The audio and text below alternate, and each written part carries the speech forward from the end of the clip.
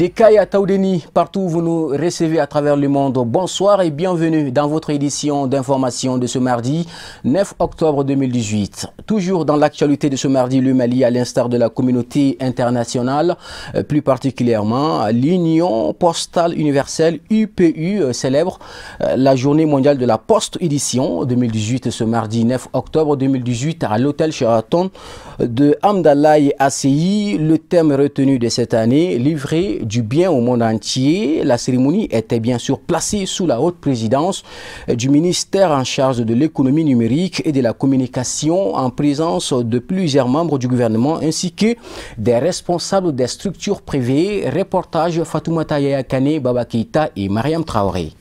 La communauté internationale, plus particulièrement l'Union Postale Universelle, célèbre le 9 octobre comme étant la journée mondiale de la Poste, d'où l'initiative de cette cérémonie. Les responsables de la Poste du Mali ont saisi l'occasion pour faire l'état du service en élaborant plusieurs autres sujets. D'abord, c'est pour fêter, comme dans tout le monde entier, la journée du 9 octobre, qui est la journée internationale de la Poste. Ensuite, c'était pour effectivement remettre le secteur postal au cœur du débat. J'ai dit bien le secteur postal, je ne parle pas de l'opérateur postal, mais surtout le secteur postal, c'est-à-dire tous les acteurs du secteur, à savoir l'opérateur, les régulateurs et l'État, pour le remettre au cœur du débat et qu'on puisse faire un diagnostic sans complaisance ensemble de ce secteur-là.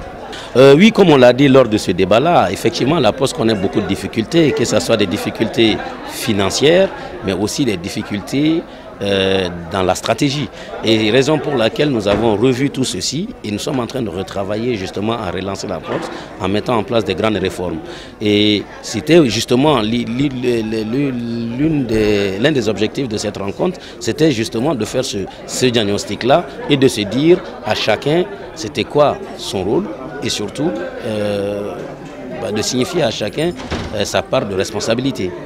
Aujourd'hui, on s'est dit qu'il est temps qu'on se dise clairement les choses et que nous mettons en place un plan d'action qui se cadre bien avec la volonté du président de la République et qui s'inscrit bien dans les axes qui sont signifiés dans la lettre de mission du président de la République au gouvernement et permettre à la Poste de jouer pleinement son rôle. La Poste a comme mission principale d'assurer la collecte, les tri, les transports ainsi que la distribution des courriers. La coordinatrice du service électronique estime qu'avec les nouvelles décisions du PDG, l'objectif visé sera atteint.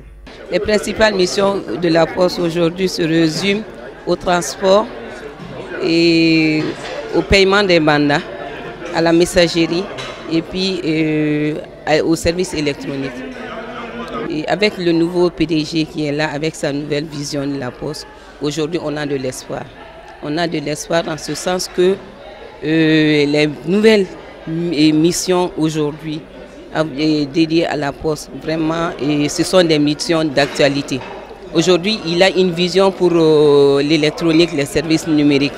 Donc aujourd'hui, on ne peut rien faire aujourd'hui sans le service numérique et là, ça fait partie de sa stratégie. Le ministère en charge de l'économie numérique et de la communication s'est réjoui de cette journée.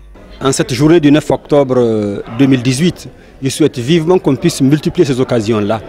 Et dans le sens où ça a permis aussi, cette circonstance-là, de préciser un tout petit peu ce qui a été fait déjà dans le secteur. Le département de tutelle, du secteur postal, où je travaille, nous avons besoin souvent de faire connaître aussi et à l'auditoire et aux animateurs, aux acteurs du secteur, notamment les usagers, notamment les employés, que le secteur est en de bonnes mains, qu'on s'occupe effectivement bien de la relance de ce secteur-là, puisqu'en réalité il est porteur. Ailleurs, il fait les merveilles, il fait je dirais même le bonheur des travailleurs et de l'État. Il faudrait donc que le secteur postal puisse aussi contribuer à l'essor, je dirais même au développement socio-économique du Mali. Rappelons que cette édition 2018 de la journée de la Poste, qui avait pour thème « Livrer du bien au monde entier », est d'une importance capitale pour l'humanité entière. Autre sujet d'actualité de ce mardi, dans le cadre de la 24e édition du mois de la solidarité et de la lutte contre l'exclusion sociale, le service du développement social et de l'économie solidaire de la commune 6 du district de Bamako a rendu visite à l'un des patriarches de Niamakuru. Cette visite, qui avait à sa tête le président de la haute cour de justice, a enregistré également la présence des élus locaux. Reportage à Hamidou Badini, Ibrahim Koulibaly. Mois d'octobre, mois de la solidarité et de la lutte contre l'exclusion au Mali. C'est dans ce cadre que les responsables du ministère de la Solidarité et de l'Action humanitaire effectuent cette visite de courtoisie en compagnie des élus de la commune 6 sous l'égide du président de la Haute Cour de justice du Mali. Âgé de 96 ans, ce patriarche du nom de Bakari Traoré, avec un état de santé satisfaisant, a 10 enfants et 21 petits-enfants et se réjouit de cette visite. Nous sommes très heureux de venir rendre visite à M. Traoré, 96 ans, si vif, plein d'humour et qui a fait beaucoup de bénédictions pour le pays. Le gouvernement qui a eu cette heureuse initiative est à féliciter, a été félicité par les personnes que nous avons trouvées sur place. Nous souhaitons que vraiment ce mois de solidarité se perpétue et qu'on puisse valoriser davantage les valeurs familiales, les valeurs nationales, les valeurs de nos pays. Pour les départements en charge de la solidarité et de l'action humanitaire, le mois de la solidarité est une vertu cardinale qui vise à renforcer l'esprit de partage avec les couches vulnérables de la société. Une occasion pour le département d'inviter tous les Maliens et Maliennes à œuvrer davantage dans la promotion de cet esprit de solidarité et d'entraide. Bon, le mois de solidarité est un mois dédié à magnifier la vertu de la solidarité, qui est quand même une vertu cardinale de notre pays. C'est un mois dédié à toutes les activités de solidarité en direction des groupes vulnérables, que ce soit les personnes âgées, les femmes en situation difficile, les enfants vulnérables, tous ceux qui sont dans les besoins. C'est pour magnifier la solidarité en direction de ces personnes. C'est un moyen pour rappeler cette solidarité qui est quand même, en tout cas, une vertu cardinale de notre pays, pour que les uns et les autres puissent s'en rappeler et faire du mois des actions de solidarité, des actions d'entraide, des actions d'humanisme. C'est un mois plein de sens pour nous, parce que le mois a été institué en 2001. Le gouvernement a quand même consacré tout un mois à des actions de solidarité en direction des couches les plus vulnérables. Dans le cadre de cette visite, la délégation a remis une enveloppe symbolique de 300 000 francs CFA au patriarche. Et dans cette même optique, les plus hautes autorités du pays entendent faire de l'année 2019 une année dédiée à la solidarité. L'actualité sur un autre plan, de nos jours, l'utilisation des smartphones et autres tablettes tactiles a eu beaucoup d'ampleur dans nos espaces scolaires. Malgré que ce fléau fasse grincer les dents, force est de constater que le phénomène cause plus de mal que de bien, non seulement à la personne, mais aussi à son entourage, surtout en classe. Élément de réponse dans ces reportages est signé Samaïra Sanougou et Sama Traoré. Cette forme d'utilisation des smartphones et d'autres sortes de tablettes en milieu scolaire est devenue un véritable casse-tête. Elle a beaucoup d'inconvénients en termes de formation éducative. L'utilisation du téléphone portable est formellement interdite dans les études, puisque l'enfant ne peut pas se concentrer au travail avec le téléphone. Il est attiré par quelque chose et on ne peut pas être attiré par deux choses à la fois. Donc c'est formellement interdit dans les écoles. Ces fléaux nuisent progressivement à notre système éducatif. C'est pourquoi il doit être sérieusement analysé afin de les combattre, au dire de certains promoteurs et directeurs d'école. L'utilisation du téléphone dans notre établissement est formellement interdite, non seulement pour les enfants, ainsi que pour les enseignants aussi. Et pendant les heures de cours, l'utilisation des téléphones ou autres choses sont formellement interdites chez nous. C'est le règlement intérieur de l'établissement même qui le dit. Ce n'est pas du tout normal. Mais avant d'accuser d'abord les élèves, il va de soi qu'on accuse d'abord les parents. Parce que quand tu vois qu'un élève manipule ou utilise un téléphone en classe, alors il faudra se poser d'abord la question, comment est-ce que cet élève-là s'est approprié de ce téléphone-là? Comment est-ce qu'il a eu ce téléphone-là? C'est dû aux parents.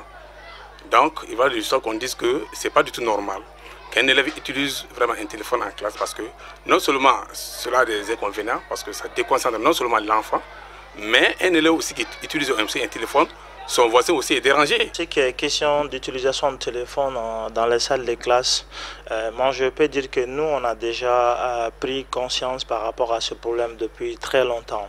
Et c'est pour cela que si vous essayez même de lire notre règlement intérieur, vous allez trouver une partie qui est en rapport par rapport à cette question-là. Chez nous déjà, depuis la porte, moi personnellement, j'ai été interpellé plusieurs fois par les enseignants. Donc du coup, j'ai été obligé d'embaucher une autre personne qui est là uniquement, qui travaille sur ça. C'est-à-dire, il s'arrête à la porte. Dès la rentrée, tu viens, il fouille vos sacs d'abord, voir s'il n'y a pas de téléphone. Pour les enseignants, c'est le même son de cloche. C'est un véritable souci. Parce qu'en pleine concentration, si un téléphone sonne, ça remet à zéro tous les efforts. Les élèves ne doivent pas utiliser le téléphone en classe car il y a beaucoup d'effets. Non seulement ils ne vont pas comprendre ce que le maître dit, et tout simplement aussi ils dérangent les autres. Donc tout simplement, ce n'est pas bon d'utiliser le téléphone portable dans la classe. Un élève étant dans la classe doit se concentrer sur ce que son professeur lui dit. Ce problème est très crucial. Aujourd'hui, les élèves vraiment, ils viennent avec le téléphone en classe. Alors, donc, le moment que tu es en train de la leçon, tu trouves qu'ils sont en train de jouer avec le même téléphone. Donc, ce n'est pas du tout évident. Et on remarque beaucoup, tout élève qui joue avec le téléphone, donc il n'est jamais concentré. Et s'il n'est pas concentré, alors qu'est-ce qu'on remarque? Il n'arrive pas à apprendre comme il le faut. Côté élève, c'est quasiment la même grille de lecture. C'est la raison pour laquelle il la déplore rigoureusement. Non, je ne le pense pas parce que si cet élève manipule son téléphone, il va déranger son professeur pendant le cours et aussi ses camarades de classe. Donc l'utilisation du téléphone en cours n'est pas recommandée. Un élève ne doit pas manipuler son téléphone si le professeur est en train d'expliquer la leçon. Parce que il ne peut pas comprendre la leçon bien et il dérange les autres élèves. En rentrant dans la classe, il doit laisser le téléphone portable à la maison. Ça perturbe le cours. Et on est venu à l'école pour apprendre. Ce n'est pas pour ces choses-là. Un élève doit suivre le cours quand le maître explique les leçons. Et on doit apprendre aussi. On ne doit pas faire ces choses-là. Ça leur perturbe. Ça leur dérange quoi. Ils ne peuvent pas comprendre. Parce que le cours va être perturbé quand le maître va s'arrêter pour lui dire d'arrêter et ça dérange les autres aussi. Non seulement lui n'apprend pas et les autres aussi sont dérangés. On doit éteindre le téléphone et mettre dans le sac. On ne doit jamais le sortir quand on est au cours. En plus des élèves, plusieurs administrations scolaires commencent à interdire l'usage des téléphones aux enseignants en temps de cours. Ils sollicitent l'implication des plus hautes autorités pour gagner cette bataille qu'ils trouvent noble. Merci beaucoup Samaïra Sanogo pour ce reportage. Voici le tour du monde de l'actualité sur le plan international en bref en images, signé Ahmadou Diarra.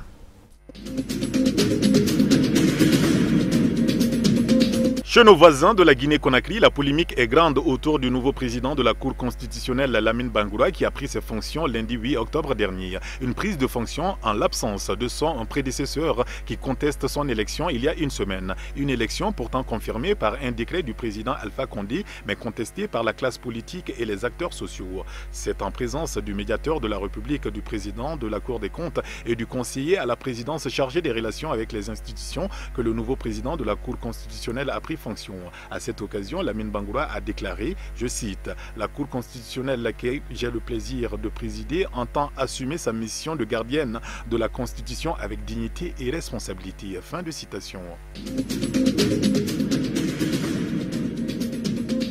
Après le Niger et le Burkina Faso en juillet 2018, Florence Parly, la ministre de la Défense française, arrive à N'Djamena pour poursuivre des discussions en vue de l'appropriation des opérations de sécurité par les Africains eux-mêmes. En plus de la visite aux militaires français de l'opération Barkhane, Florence Parly aura des échanges avec le chef de l'État tchadien Idriss Déby Itno et son ministre délégué à la Défense Bichara Issa Diadala. La montée en puissance du G5 Sahel, Mauritanie, Mali, Burkina Faso, Niger, Tchad sera au centre des discussions. Confrontée à des difficultés de financement, la coalition des 5 pays du Sahel peine à remplir convenablement sa mission. En témoignent les attaques récurrentes contre ses positions, notamment au Niger, au Mali et au Burkina Faso.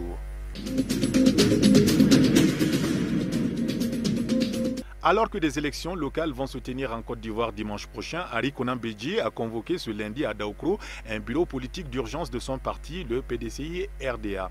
Un bureau organisé à la hâte pour arrêter un certain nombre de décisions politiques qui ont été mises à mal par la justice et pour également fixer la date d'un prochain congrès extraordinaire. Avec une confirmation, le ton monte chaque jour un peu plus entre le PDCI et les partis frères et ex-alliés du RHDP d'Alassane Ouattara, alors que la plupart de ces militants sont sur le terrain pour battre campagne. Henri Konan Bédié, lui, invective son ex-allié. La République démocratique du Congo se prépare à la présidentielle prévue le 23 décembre prochain. 15 ambassadeurs du Conseil de sécurité des Nations Unies étaient ce week-end dans la capitale Kinshasa et ils appellent à des élections crédibles et apaisées, donc au consensus le plus large possible autour de ces scrutins. Pour le porte-parole du gouvernement, l'État congolais estime que le Conseil de sécurité outrepasse sa mission en abordant la question des élections. D'autant explique Lambert Mende que son pays finance tout seul ces élections.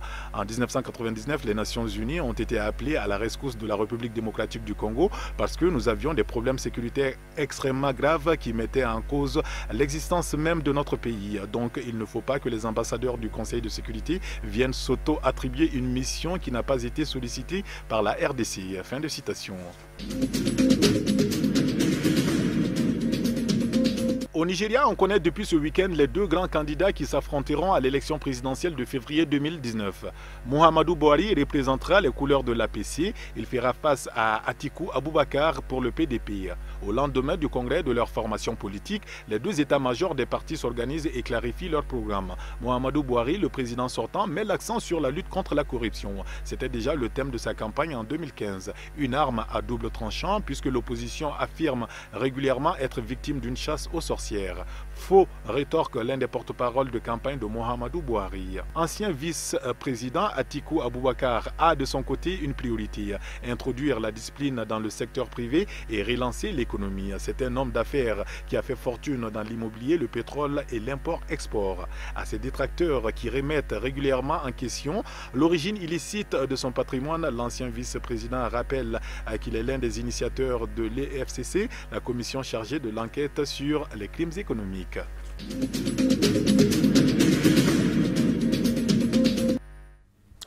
Bien, avant de boucler votre journal, voici un communiqué dont nous vous livrons le contenu. Le commissaire chargé du commissariat de Moriba-Bougou a le regret de porter la connaissance du public, la découverte du corps sans vie dans les lits du fleuve de Moriba-Bougou à 300 mètres du bar Lagon le dimanche 7 octobre 2018 à 19h30 d'un jeune garçon âgé d'une trentaine d'années environ, teint noir, mesurant 1,80 m environ, habillé en basin bleu complet, n'ayant pas pu être identifié par les riverains. Le corps a été déposé à la morgue de l'hôpital Gabriel Touré. Toute personne intéressée par le présent communiqué est priée de s'adresser au commissariat de police de Moriba-Bougou pour l'identification du défunt.